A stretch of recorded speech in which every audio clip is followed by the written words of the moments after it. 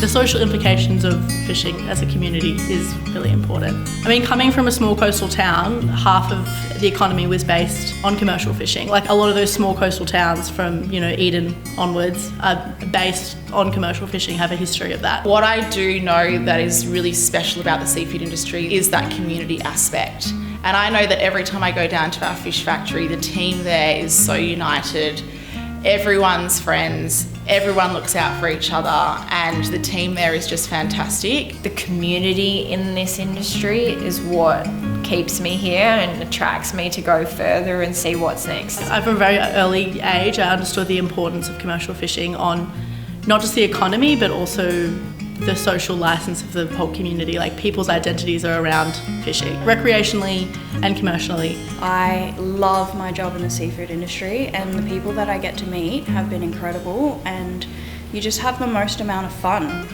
There's such a beautiful community and sense of family. Within the restaurants, out on the boats, in the factories, it's very much a team environment, and if you're part of the right team, it can be a fantastic job. One good thing about fishing, definitely here in Tasmania with the cray fishermen, we're a brotherhood. If the world turns bad tomorrow and someone needs help, every fisherman is alongside you, and that's probably in a lot of other industries, but in fishing industry I definitely can note that if you need them, they're there. It's something that fishermen have in them. It is a great industry to be a part of. It's a terrific community.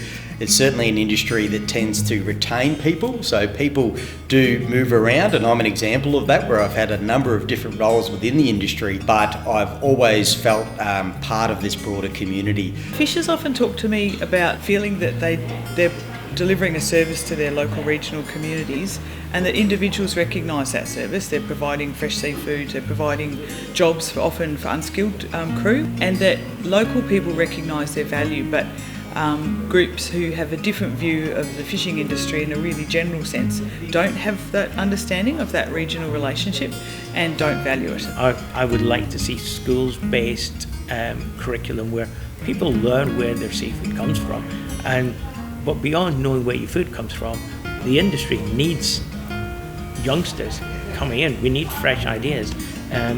Looking into the future isn't just about us looking into the future. It's about us understanding where future generations fit into that.